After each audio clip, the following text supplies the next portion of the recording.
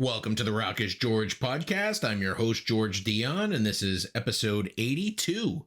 Thank you for tuning in to the podcast through our website, rockisgeorge.com, or through our YouTube page, or through one of the many streaming podcast apps, or through the loudest.com on the planet, knac.com.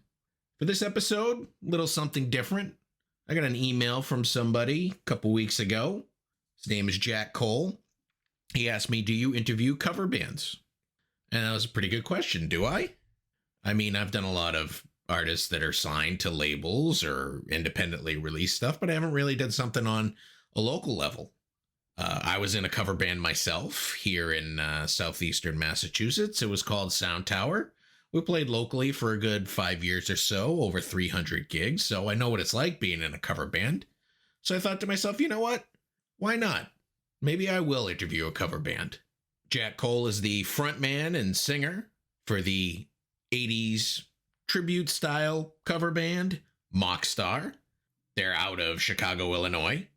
Jack's a cool guy. I had a great time talking to him, kind of talking shop about the whole cover band thing, and I hope you enjoy it too. Here's Jack Kole of Mockstar. If I knew absolutely nothing about Mockstar, how would you describe the band's music to me?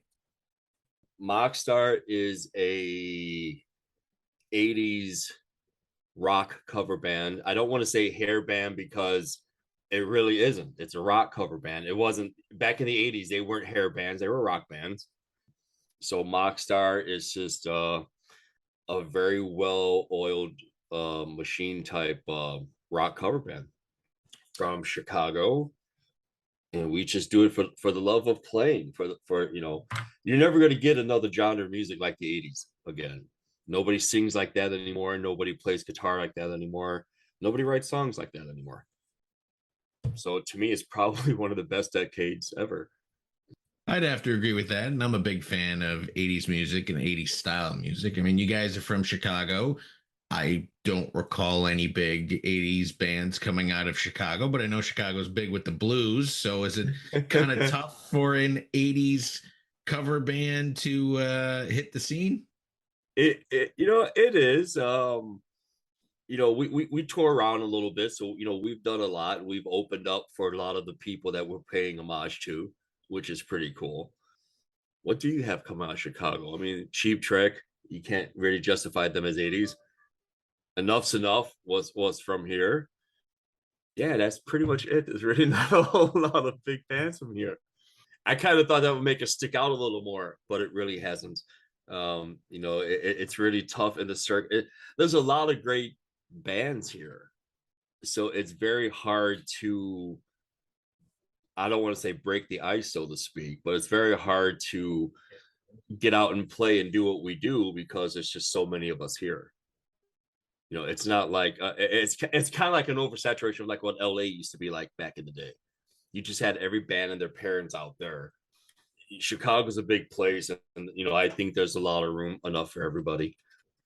Absolutely. And just like the 80s bands of old, you've been through some lineup changes. So why don't we go to kind of how you formed the band originally?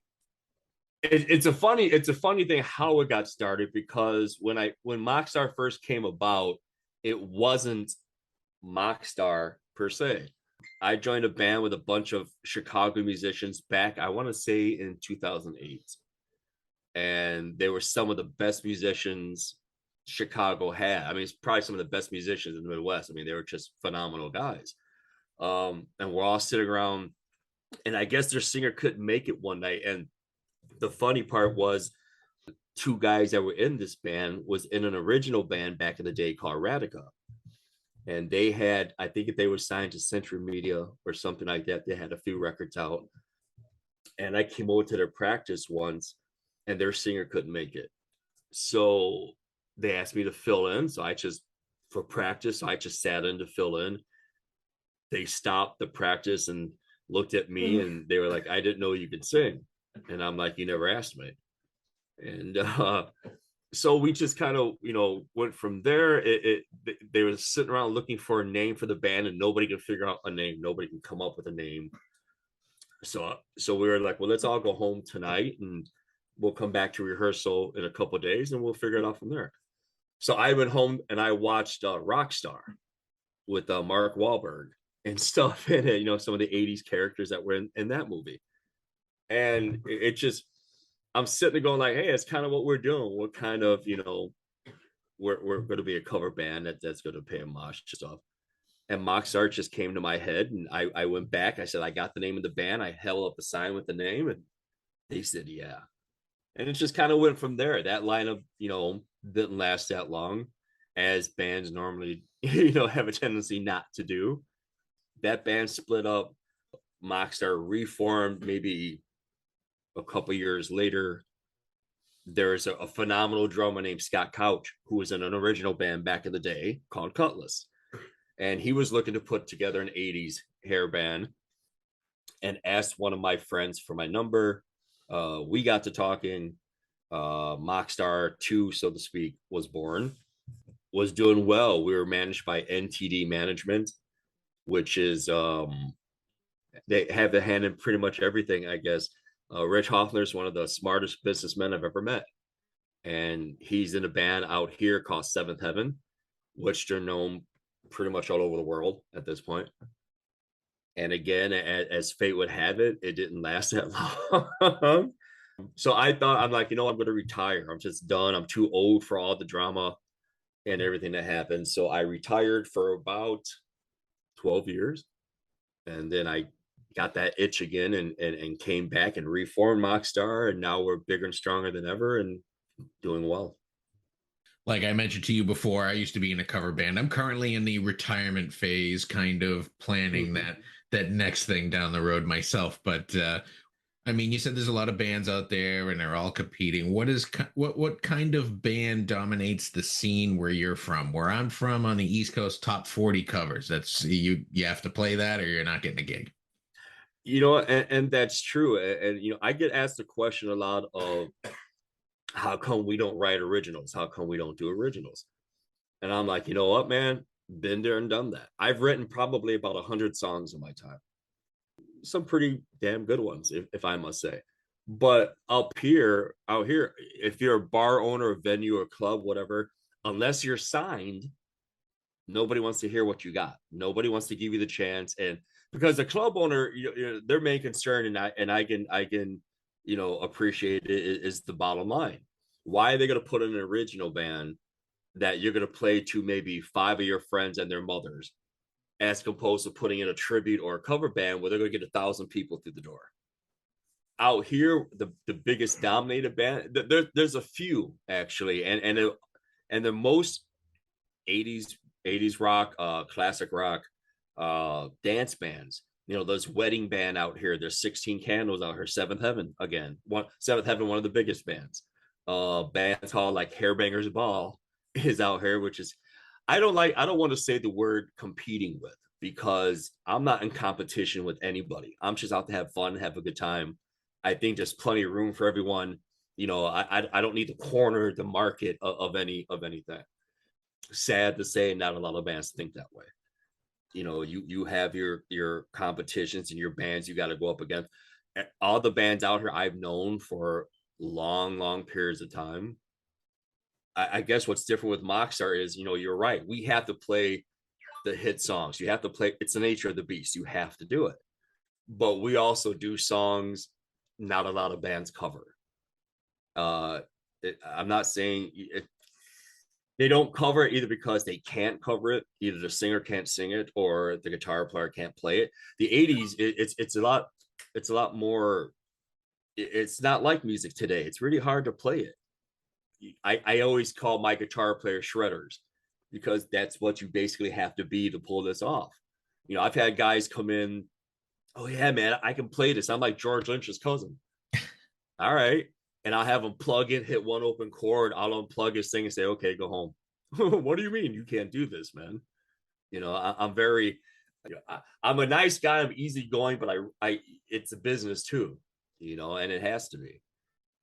I sort of agree. I sort of agree with the guitar aspect of it. And today, I mean, our cover band had a phenomenal guitar player. He could play almost anything. He had a great ear for music, charismatic, everything. But when we did an 80s song, we did something by Poison. Yeah. The solo was modified to how he played and not even close. He couldn't There was a lot of things he couldn't do. But I mean, a lot of people laughed off that style of music, and he might have been one of those guys that was more, I mean, he was a big Beatles guy, so I mean, he was more classic rock versus the 80s stuff. CC DeVille, man, he very underrated guitar player, man. That guy is incredible as far as just being a guitar player, not necessarily a shredder, but just everything. But you're right in that aspect. And the thing that I try to do with Mockstar is everybody that I bring into this band, there's a couple of things you have to do. One, you can't be in another band. Okay. I can't have, somebody that's in 5 or 6 different other bands, conflicts of interest when it comes to scheduling or whatever, I can't have that. Two, I told everybody we played the music 99.99% as close to the original as possible. I said, because there are certain innuendos, guitar parts or drum beats or whatever that people come to expect when they hear that song. The notes have to be hit the way they were hit then. So I'm hitting notes that, the singers themselves haven't hit in 30 years.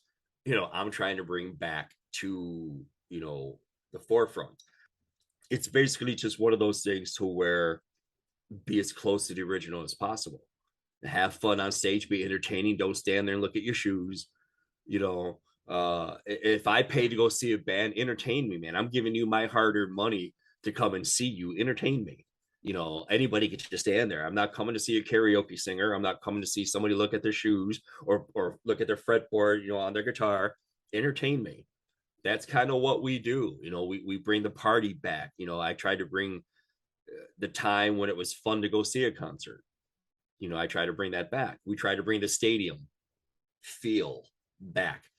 Confetti cannons and geysers and spark machines, and I'm jump. Yeah, I jump around as much as my body allows me to do at this point.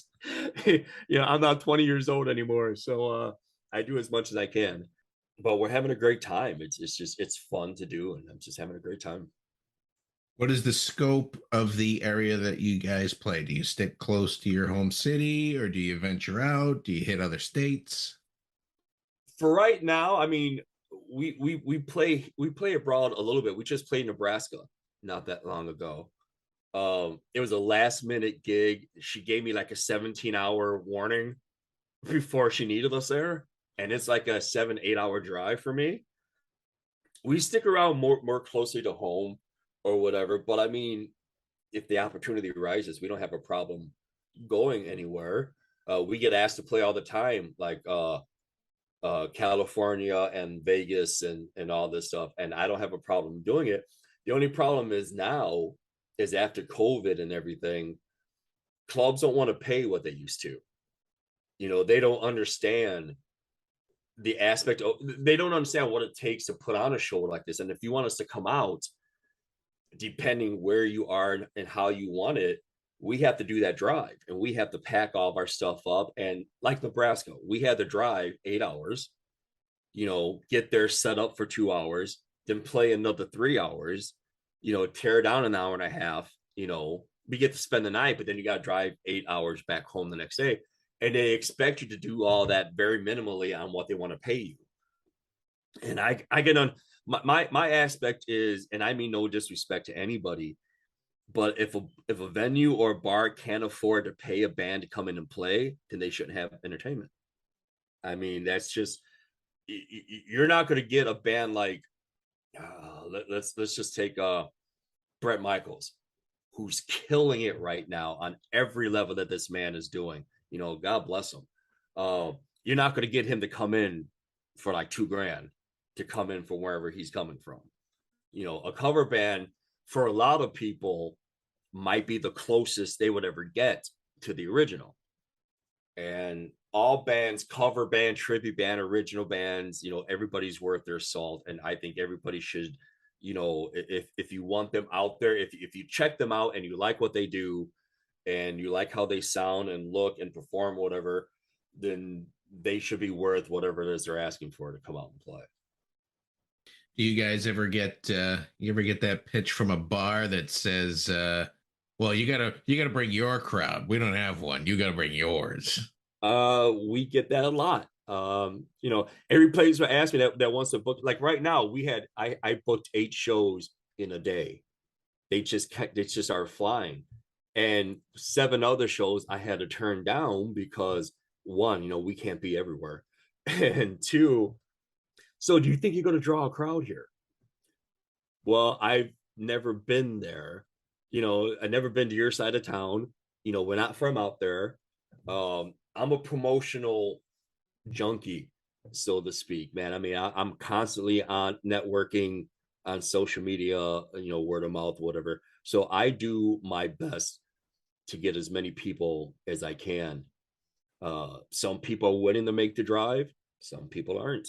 So I keep telling the owner, you need to promote as well. And you need to kind of have your own built-in crowd. I mean, if you're expecting us to come in and put a crowd in there for you, never being to your club before, never being to your part of town or whatever, it's a crapshoot. And the one thing I really don't like is when a club goes, yeah, well, we don't do guarantees. So how about a door deal? And you're just kind of like, dude, I can do a door deal here. Why do I got to travel 9 hours to do a door deal?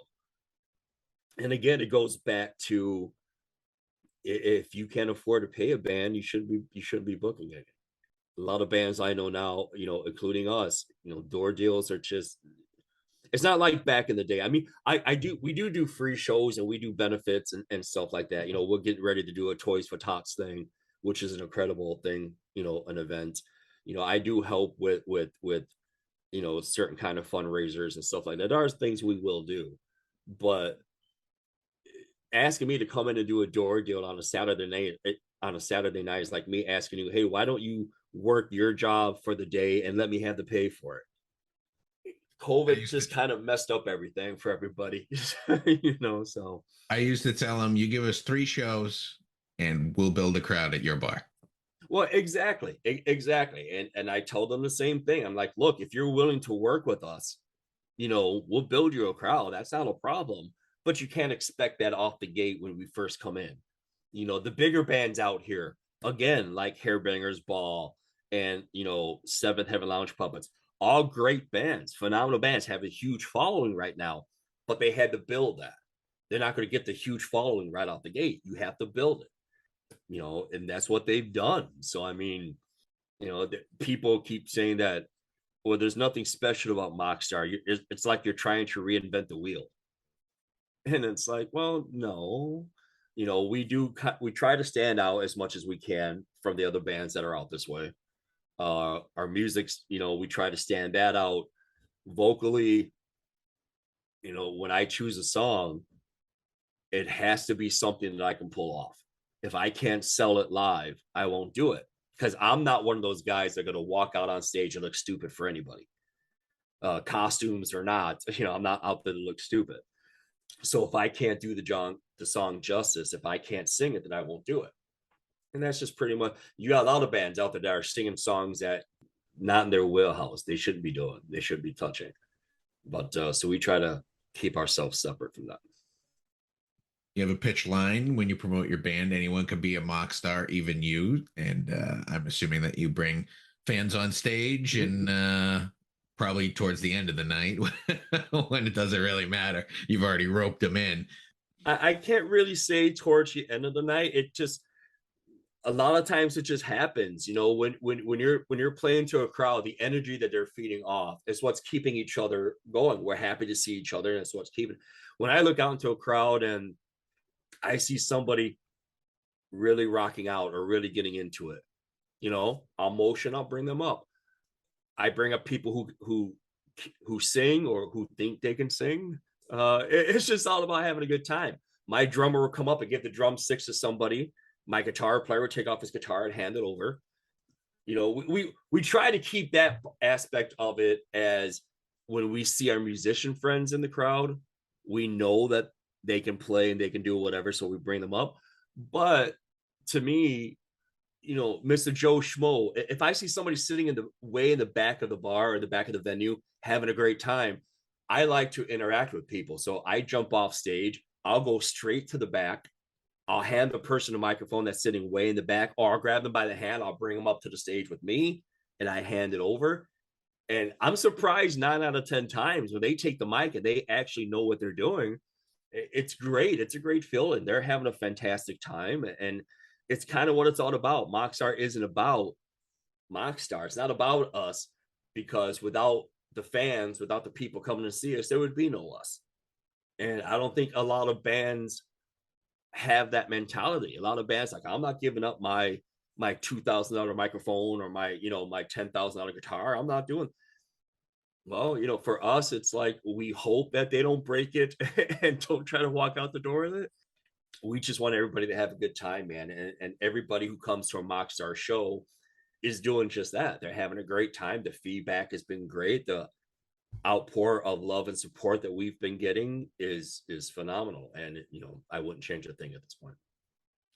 Do you guys have your set of groupies yet? And by that I mean people that follow you from show to show, or you see a lot at shows, or you're like, geez, I can't believe they came to like the Saturday show and the Sunday show. The set list didn't change. Well, we call them mocksters. We don't call them groupies anymore, because my definition from groupie from back in the day, for when we were touring, is a whole lot different than what it is now. Yes, we do. We have again, it's amazing that people, the love and support that they bring out, and they come to all the shows, and they keep asking, hey, what time you guys going on, and what are ticket prices, and we want to go. Me and my friends are coming, and it's great to see some of the same people that come out to you, that love your band enough to come out and support you. And that's what it's all about. It's all about support, and it's all about love and having fun. And I don't know if this is true for the current members of the band, but I guess some of you have played Rocklahoma, which used to be a big '80s rock band thing, which is now kind of morphed into a multi-genre thing. yeah. I've played Rocklahoma a few times with the second version of Mockstar, actually. And you're right. It was just it was. I don't highly recommend it now. I mean, I did back then. It was surreal, man. I mean, our lineup back then, I think the last time we played it, it was like Motley Crue, Mockstar, Guns N' Roses. So you really can't get any better than that. And saw all the people, Sebastian Bach, Striper. I mean, you just saw so many phenomenal guys out there, and it's you don't have anything really like that anymore. I wish somebody would bring something like that back. Or have you had the chance to kind of mingle with these bands that you've covered? Yeah, the second version of Mockstar that I had, we opened up for bands like Skid Row, Warrant, Dokken, Lynch Mob, Bullet Boys, and we got to talk to all of them and interact with them. And Mark Torek from Bullet Boys is a phenomenal guy. He's so down to earth and just so cool to sit and talk to. Striper, what was great. I keep forgetting the drummer's name from Striper. I'm sorry. Robert Sweet. Yeah, Robert Sweet. I'm sorry, it's early. He was so we played a place out here called the Arcada Theater, where we opened for them. Our first show, when I first put this version of Mockstar together, our first show was to open for Striper at the Arcada Theater. Phenomenal theater out here in St. Charles, Illinois. Highly recommend if anybody comes out to play. And Robert Sweet, man, was just, it was like talking to your next door neighbor. He talked to us for almost like an hour and a half, just talk about anything and everything.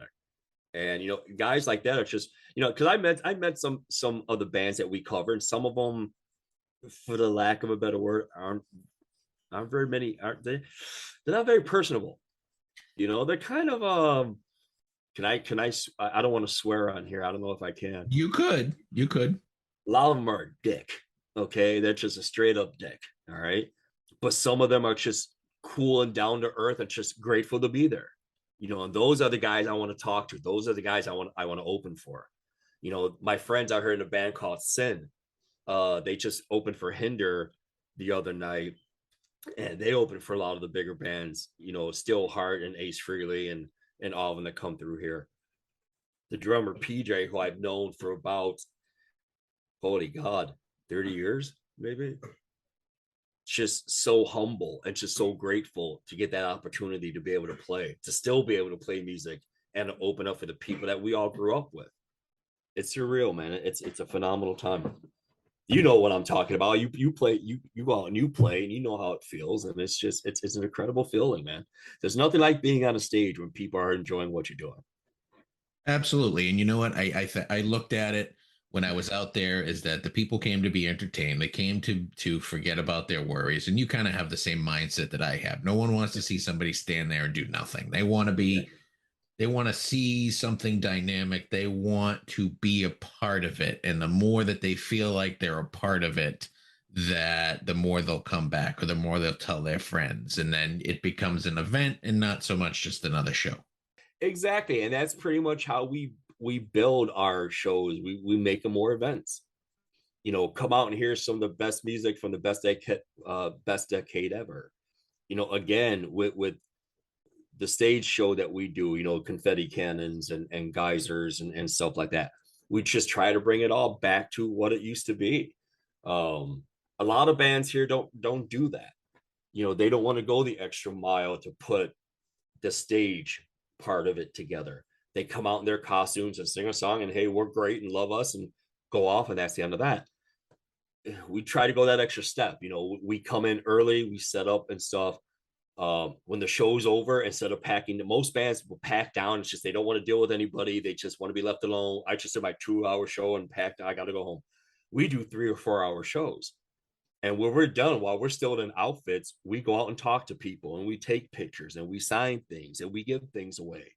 And I think that's what brings people back because we're more approachable, you know, because we know what it's like. You know, we've been there. We're sitting in the crowd and enjoying a band, like, oh my God, this is great.